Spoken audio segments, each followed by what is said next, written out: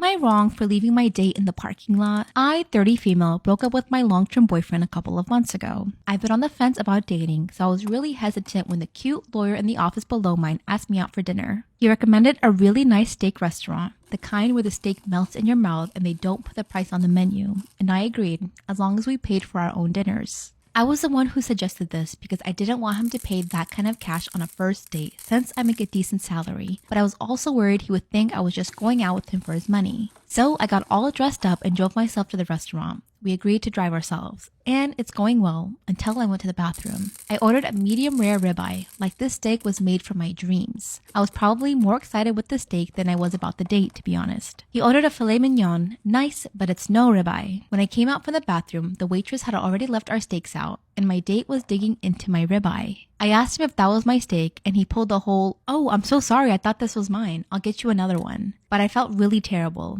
I'm a big girl. I can come back and get another steak. And filet mignon is fine. Date continues, and I thought things were going well, minus my ribeye, until the check came. He grabbed both bills and exaggerated that he would pay for it. But I reminded him that we agreed to split our bills. He looked through the bills and handed me mine. I didn't realize until my card came back with a $400 charge that he handed me the bill for my ribeye that he ate. He was very, very apologetic and said he would buy me dinner to make up for it. I tried to play it off. Mistakes happen. He probably forgot. It's fine. But then he wrapped his arm around my waist and asked me to drive him home. I may have been out of the dating game for a while, but I'm not dumb. This was one of the reasons why I suggested we drive our own cars. So I took his arm off of me and told him that he could use the money he didn't spend on my ribeye to pay for an Uber. I drove home and cried into a bottle of wine and figured it was just a bad date. Whatever. Next Monday, I go to lunch and it's like every person in the building knows that my date went badly, and even that it was my fault for being unreasonable. Even my friends have been telling me that I was in the wrong for leaving him at the restaurant and making him call an Uber, telling me I'm a prude.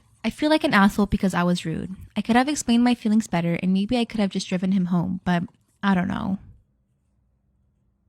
Why my 8th grade boyfriend's wife has me blocked on all social media. We're 25. When I was in 8th grade, I switched from private school to public school, and it was my first time interacting with like other normal children because my private school had like 5 people in our class. The only thing that I really knew about public school and about like people is what I had read in books and seen in movies and heard from my parents. And somehow I just got it in my head that all the popular kids were like in student government, like class president, secretary, treasurer. I thought that all the like popular kids were the student government kids. So I made it my mission as soon as I went to public school to date the president of student council. We started dating and he was very sweet, like the sweetest kid you'll ever meet, so kind, so respectful. Like honestly, I have nothing but good things to say about him, but we were 14, you know. Eventually, I found out that not all the people in student government were the popular kids and dumped him to date a guy whose dad owned a CC's Pizza. It was like a little more like social currency. I didn't keep in touch with him at all, like through the rest of 8th grade and through high school until he started dating one of my friends our junior year, who is his current wife. This girl and I were really good friends. We became friends in our 8th grade choir class and stayed friends throughout high school because we were both part of a Christian club called Seekers. And we would like catch up and talk about like Jesus stuff. I didn't have any problem that she was dating this guy because I had like moved way on. I was really happy for her because they were both really great people. He was like, you know, very, very involved in his relationship with God, and so was she. I was like, this is a great match. But there was one thing that did bother me. Their PDA was through the roof obnoxious. It didn't bother me because he was my ex-boyfriend from when I was 14, but it bothered me because it was 2 of my friends making out all over each other in the corner with their tongues down each other's throats. It was like in the hallways, during passing periods. I remember one time we had to go and like sign on poster boards of like Texas Tech poster board, UT poster board, and you had to go sign on the poster boards where you decided you were going to college, and they both put Texas Tech, and like once they wrote their names, they just started like making out in front of the Texas Tech sign, and people were like, we're trying to get through to sign that we're going to Texas Tech in the fall. Of course, I never said anything to him, but I never said anything to the girl that I was friends with, like, hey, this is too much over the top, because I just didn't feel like it was my place, but I did begin to distance myself from them. The problem was I had a really, really fire picture with her that I wanted to use on my social media accounts. So even though me and this girl kind of like drifted apart, I still kept the profile picture as me and the girl because I looked good in the picture. Eventually, she confronted me about it. She was like, why do you have this picture up of us if we don't even talk? Like, I don't understand. And I did, instead of explaining why that I thought I looked good in the picture, and I told her that the reason why we like hadn't talked or hadn't kept up or I'd kind of like fallen out was because her and her boyfriend were really, really over the top with the PDA. We got into this big argument where she basically disagreed that they were all over each other. It was like the talk of the school, so it wasn't really like up for debate that they were like all over each other and disgusting. But you know what? They ended up being married. I can't remember if they have a kid now or not, but she blocked me on all social media after that. I didn't have him on social media like post our 8th grade breakup, so I genuinely have no clue how their lives turned out. I know that they did end up getting married, but I never heard from them again. I thought about like reaching out to her and apologizing, but I just feel like now it's been like 6 years, so. Okay, I'm finally doing the long-awaited story time of how my high school bully watched me get into a car accident which led to us getting married. Buckle up. We'll just start from the very beginning. So Lucas and I met for the first time on October 7th, 2016. Keep that date in mind. We met at one of my really good friends' houses. Our best friends were dating each other at the time, and so they wanted to introduce us. I was in 9th grade and he was in 10th grade, and where we live, 9th grade is in junior high and 10th grade is in high school. So we were not going to school together at this point. So our friends were kind of trying to set us up, and it worked because later that night he messaged me on Instagram, "Can I have your Snapchat?" And I was like, yes, you can. I thought he was so cute. The entirety of my 9th grade year, we talked on and off. Fast forward to the summer before my 10th grade year, we are about to go to school together for the very first time. We're talking all summer, definitely headed in the direction of a relationship. There just wasn't a label on it yet. The day before school starts, randomly just decided to like end things. Come to find out, it was completely his friend's doing, and I was so upset by it because school is starting tomorrow. Now I like have to see him every single day. So school starts and we're low-key avoiding each other like the plague for the first 2 weeks of school maybe. I would see him in the hallways and I'd be like, oh, like literally wanted nothing to do with him. I won't really get into the details of this part. All you need to know is that a few kids that were like kind of in his friend group experienced some rejection from my friend group. Teenage boys just don't take well to rejection. They decided to target me and one of my other friends. Every time we saw them in the hallways, they were calling us names. Eventually, Lucas joins in. Obviously, he had a crush on me. He teased me every time he saw me in the halls. He was starting to film me. He would just make fun of me with his friends. I was like, you're so rude. After like 2 or 3 months of this, I had enough. So I went on Instagram, I blocked him. I blocked him on Instagram and not Snapchat though, so keep that in mind. Fast forward, it's now mid-November. I am with my mom and sister in the car. We're like 20 minutes away from where we live. Had just been ranting to them about Lucas. I was like, he is making fun of me at school. I don't know why, this and that. I was telling them I still kind of have a crush on him. That's the most annoying part. I look out the window and I was like, speak of the devil, he is literally right there, walking into a store. So my lovely sister, who thinks she's just absolutely hilarious, starts to roll down her window. Absolutely not. I knew immediately what she was up to, so I ducked my head down. She starts yelling his name. He turns around and immediately we get into a car accident. Car like spins out. It was super loud, super dramatic. I was literally praying that Lucas didn't come and check on us because he didn't know it was me at this point. I keep my head ducked down until I thought the coast was clear, and I immediately got out of the car, took a picture of the accident, and I posted it on my Snapchat story. Don't know why I did that. This within like 2 minutes, he slides up and he's like, I just saw this, like, are you okay? And he's checking on me. So what you're saying is you care about me. That's what I was hearing. The car accident was kind of a turning point for us. He stopped teasing me at school. I unblocked him on Instagram. We were just like kind of friends, but he was not completely forgiven. I wasn't trying to date him. I was very like, we can be cool with each other, we can be friends, but like we're never crossing that line again. Fast forward, coming on like Christmas break, his friend asked my friend to go on a double date, but he asked for me to go on a date with Lucas. Heck no. I was like, you can find someone else to go on a double date with. They were too shy or something. They didn't want to go on a date alone. She begged me. She wore me down, really. She was like, please just come with us. I think she told me, you only have to come with us once and then you won't have to anymore. So I was like, okay, fine. I'm going to be the world's best wing woman one time, and then you're on your own. So we go on this double date and he's being kind of flirty with me and I was really confused. We just did like a whole 180. I hated to admit it, but I actually had a lot of fun. They asked us to hang out again, so we start going on these double dates and I'm warming up to him. After about 2 months of going on these group dates, hanging out like just the two of us, he would come watch me cheer at like the basketball games. He asked me to be his girlfriend. It was like a week before we officially started dating, but we were at our first high school dance together here. And just to be clear, yes, he did apologize to me. I told you to remember, we met each other on October 7th, 2016, and we ended up getting married on October 7th, 2022. Here we are on our wedding day. I feel like I should mention that Lucas is the nicest person I know. I'm not kidding. High school was just a little fluke. We've been married for like a year and a half and we're so in love. So if you have any questions, you can ask them. Maybe.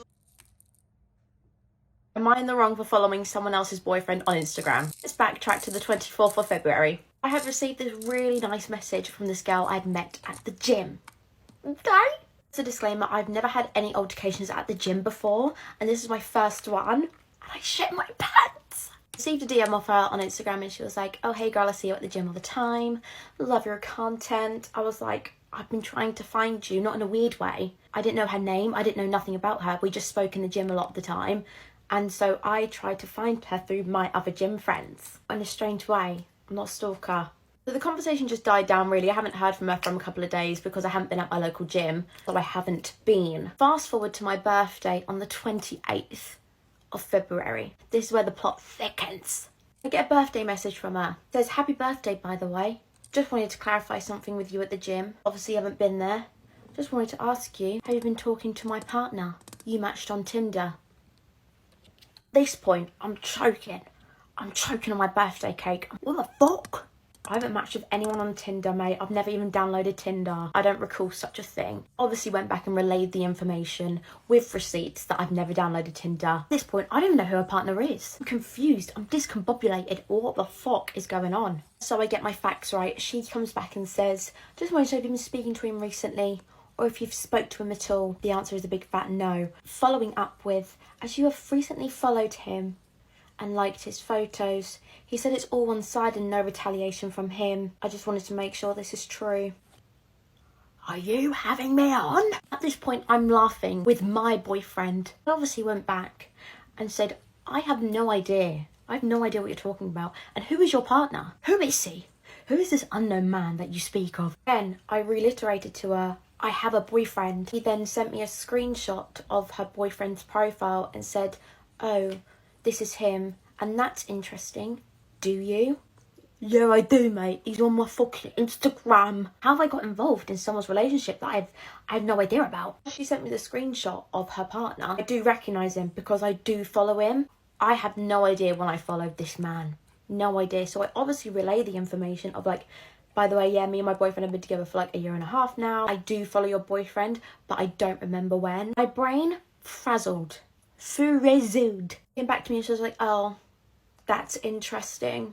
It says you're at the top of his following list, one of the recent followers. She's not American, by the way. I've made her American. I said, mate, you've got this all wrong. I don't know where you have got your information from, but that is a really unreliable source because it is so incorrect. I found out on Instagram that you can go back and go on someone's profile and see when you first followed someone on Instagram.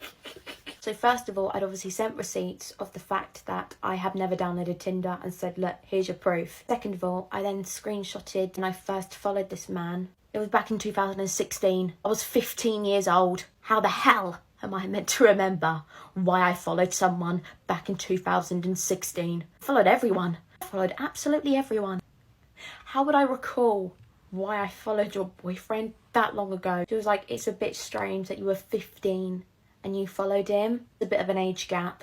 I don't know who he is. I don't know how old he is. I just know that I followed him when I was 15. No idea why. I can't tell you the answer, mate. After providing all of the necessary documents to state my case, comes back to me and says, Oh yeah, he was lying about the Tinder thing anyway. So why are you believing everything else that he's saying? My blood is boiling. Just frustrated because I don't know how to deal with these emotions because I've never been in a crossfire before, especially with someone at the gym that I have to see in the next 2 days.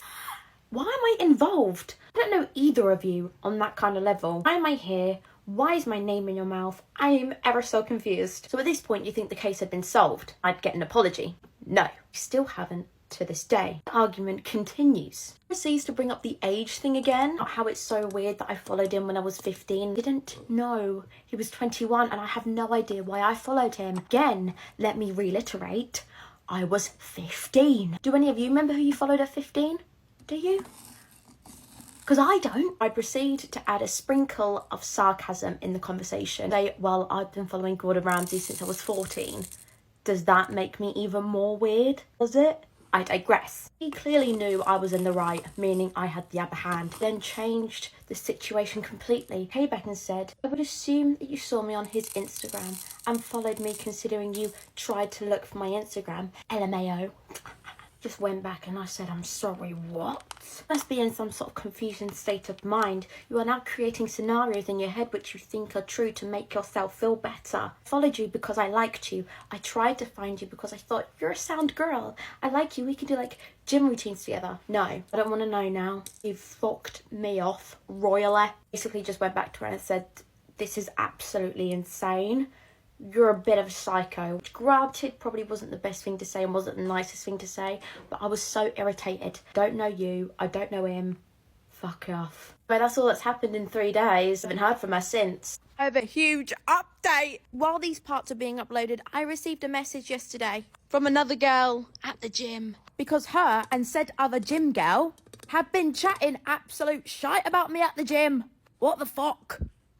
She's obviously apologised for this because she had no idea on what the situation is. But the gym girl that has obviously caused all of this shit is now going around to try and make everyone go against me at the gym when she hasn't even got her facts right. She's a big fat liar. And she's now trying to turn everyone against me at the gym. Get fucked. We all know the truth, mate.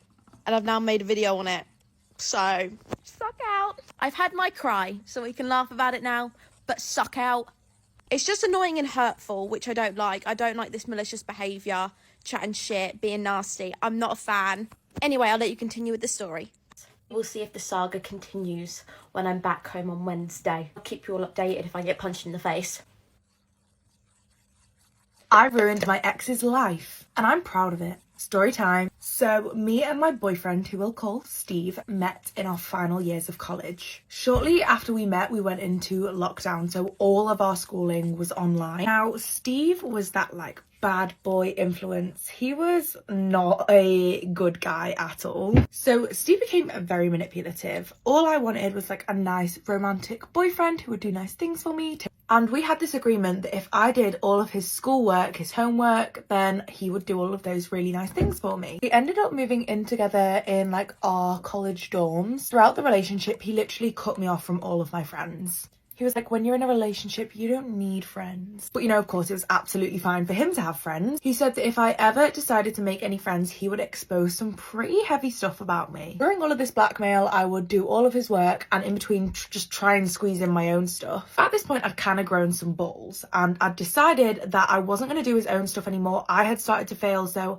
I was now just doing my own work and he had taken control of his own homework. And because I was no longer doing his homework, he told me that he was bored of me and that he wanted to be single. So he told me that he was 100% gonna break up with me, but he was gonna wait to do this until after I had taken all of his A-level exams. So of course I agreed to do everything for him, all of his exams, everything. So Steve was supposed to be taking me to prom. I buy my dress, I book my hair, I get my nails done, spray tan, the whole shebang. My mum even hired a photographer. We went in. Anyway, a few days before prom, he calls the whole thing off. He says that he can't do it anymore, he can't lie about everything, and that he's actually going to go to prom with his best friend, who is a girl. And his friend actually sent me pictures of Steve and this girl hooking up. I'm sure you can imagine, I was livid. Now, I know you're here to know how I ended up ruining my ex's life. So, remember the A-levels that I said I would take for him?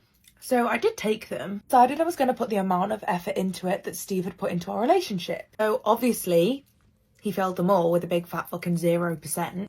And this was like 3 months before we were going to get our results, so like what was he going to do? So when the day came that he actually found out what his grades was, I have never seen someone lose their shit the way this boy did. And he went on an absolute rampage. All the pictures that he had on me, he posted them all over Snapchat. He told his friends what I'd done, they told their friends. But the absolute hilarious part of it all was that nobody actually cared. It kind of had the reverse effect. All of his friends took my side because now they obviously thought that he was like an A-class psycho. He then texts me and I'm now 3 months into this brand new relationship with this amazing guy. We have boundaries, we have respect for each other. So he was just giving me a little life update. Turns out that he had to retake every single class because they found out I was the one that had been doing it for him. His mum kicked him out the house, which meant that he then had to get a job to be able to pay for his accommodation. So he was then trying to retake all 2 years of his A-levels and work at the same time. And turns out he just ended up dropping out completely. Even in his car.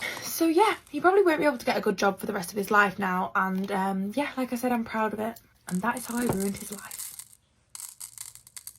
I truly think there's no better feeling in this world than getting over or feeling less attached to a man that you thought you'd, one, always be attached to, or two, thought you'd like never get over. Like most girls have that one whack ass motherfucker who like literally brings nothing into their life and you're just like, but I like him, like something about me just likes him. We just have such a good connection, like it's such a good connection. Like you're creating a false attachment with this person, or maybe you do have an attachment with this person, but you're hanging in on to a lot more than they are. Like they don't really give a fuck, and they've shown that. I think one of my pride and joys in this lifetime is being able to get over whack-ass motherfuckers. And I know you're like, bitch, how do you do that? Like, how do you do that? I'm not a very rational person. Like, I like to live in my little dream world in my head. Like, I like to be delusional. So one way I get over whack-ass motherfuckers is by making myself be rational. I will write down on a piece of paper all the whack-ass fucking things that this man does and reasons why I should not speak to him. Sometimes, you guys, I kid you not, like, that's not enough. But like, I have to get super rational about this. Like, hey, this man just doesn't like you. This man just doesn't fuck with you. For all my spiritual girlies, I do like to do like a little subliminal before I go to bed.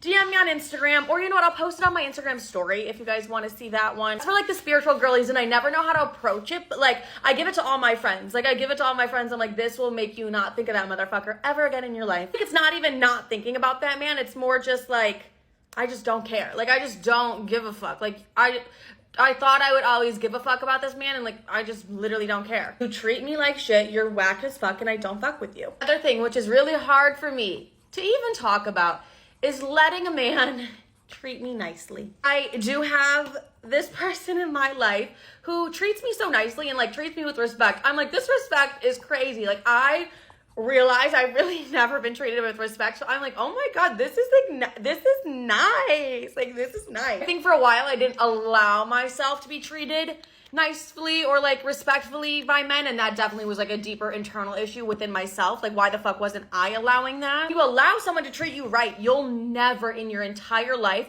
go back to a whack ass motherfucker who literally wasn't shit, who you just like in your head made up this like attachment that you had to them. Like, once you get treated right, you're never gonna go back to that, because you know what it feels like to be treated so good by someone, so you're never gonna go back to that. I don't care how fucking good the connection is, you're never gonna go back to that. I have that one man that I thought I'd always like. I had him call me and he FaceTimed me and he was like, what are you doing today? And I was like, not fucking seeing you, bitch. I literally said to, I actually really did say that. I said to him, like, I just don't fuck with you. Like, no, I don't fuck with you in a friendship sense. I wouldn't have you in my life as a friend. I wouldn't have you in my life as romantically. Like, you are the most disrespectful person. Like, I just don't fuck with you. No, I have an open schedule, but like, I'm not gonna see you because I don't fuck with you. Like, you've treated me so shitty. Why would I make time for you? Like, I'm over it. Like, I don't want people in my life who treat me with whack ass energy. I would never allow that with friends, and I know you wouldn't either. So like, why would I allow someone who has like whack ass energy and bare minimum communication, the communication of a 12-year-old, why would I allow that in my life?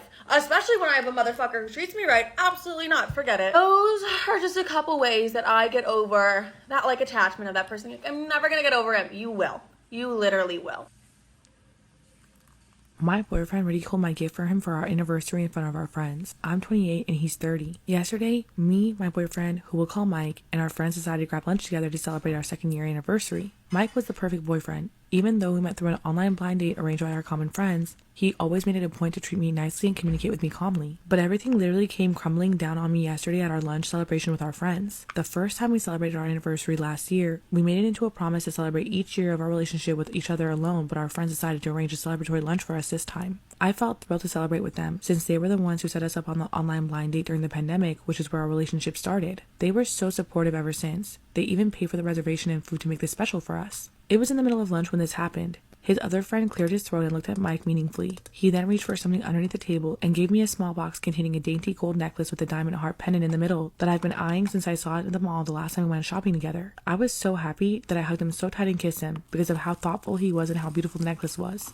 I felt so happy. Then I told him he wasn't the only one with a gift. I grabbed the book that I had wrote and bookbinded for him for our anniversary. Earlier last year, I started composing a book inspired by our story. I planned to give it to him on our second anniversary as a way of remembering and cherishing our bizarre, rom-com love story and a few poetries in there, focusing on things in our relationship that only us knows about, like our inside jokes, experiences, challenges, and how much I love and adore him as a person. This was all dedicated to him. I handed the gift to him and told him how much I love him, and our table was so noisy from all the squealing and cheers from our friends. I was so excited to give this to him because I was so proud of my work and I poured my heart out into this gift because I genuinely loved him and everything about him. I spent my time proofreading and writing each page to make it perfect, but all he did was look at my gift with a "what the F is that" kind of face. He then proceeded to ask me how much my gift is and bragged that he bought the necklace from a very expensive brand. He told me that he was disappointed at my gift and that I'm embarrassing myself. He proceeded to criticize the book's interior and exterior designs, saying that it looks wonky and I shouldn't force myself to do things I clearly have no talent for. Then he bragged about his gift to our friends, which made me feel so sick and ashamed of my gift, and also shocked because my boyfriend seemed like another person back there. He was always a soft-spoken one, and seeing and hearing him insult my love for him crushed me. They all stayed silent and watched him as he yapped and yapped about my book. That I just ended up grabbing my book and started walking out of the restaurant, straight to my apartment. He and his friends have been texting me and I haven't answered anyone yet. One of his texts said that he was just looking out for me and didn't want me to embarrass myself in front of our friends. I just felt so small and stupid for making handmade gifts when I know that I'm not an artsy person, and felt embarrassed and sad about how he humiliated me back there. I mean, the book didn't have a fancy exterior, that's true. But what hurts the most is the fact that he insulted it immediately without even looking at what I wrote in there first. This has been weighing down on me since yesterday, and I thought maybe sharing it here will make me feel better. Am I the astronaut for telling my mother-in-law she needs to respect my boundaries? I, 30 female, have a really good relationship with my mother-in-law, 57 female. She has welcomed me into her family and is always there whenever I need her, and up until recently considered her a friend. My husband travels a lot for work, and mother-in-law often comes around to make sure I'm not lonely. While I appreciate the good intentions, sometimes she comes over unannounced at really inconvenient times, such as when I'm in the shower or having dinner, or once even when I have been working without asking me first. I've not said anything up to this point, but has been overbearing and stressful at times. Recently, my mother was admitted to the hospital and was in for a few days when she passed away in the hospital of a heart attack, which was very sudden and unexpected as she had no other health conditions. Damn. My mother-in-law would often come to the hospital unannounced to show her support, despite my family not wanting visitors. That said, we were grateful someone was there if we needed anything. My husband was out of the country for work at the time my mother died and unable to support me, so I asked my mother-in-law to look after our dog while I moved back in to support my grieving father. 2 days after my mother passed, I went back home to collect a few things that I needed, only to find my mother-in-law had been there and interfered with my entire house. As we discussed, she had taken our dog, but she had also rearranged my kitchen and living room, taken away my laundry to do at her home, and even went up to mine and my partner's room and rearranged our bed. She moved a lot of things around, some I still can't find, like jewelry, and changed all the bedding. I felt angry she had done this without asking my permission, as I felt violated she had been through my personal belongings. But the thing that upset me the most was that she took away every picture I had of my mother. When I confronted her in tears, I begged her to return the pictures, and she said she was just trying to help. I said I could let the other things slide, but to return the pictures of my mother. She refused, as she said I needed to heal and forget about her for a while to move on, which upset me more. As she refused. Cool. I told her she needed to respect my boundaries and wishes and bring everything back, and I told her from now on not to do anything without asking me first. She got upset and called my husband a broad, who told me I was an asshole for making his mom feel as if she had done something wrong. She did do something wrong, hubby. I feel really upset that mother-in-law did things without me asking her to, and while I am grieving. I don't believe I am in the wrong here. Am I the astronaut?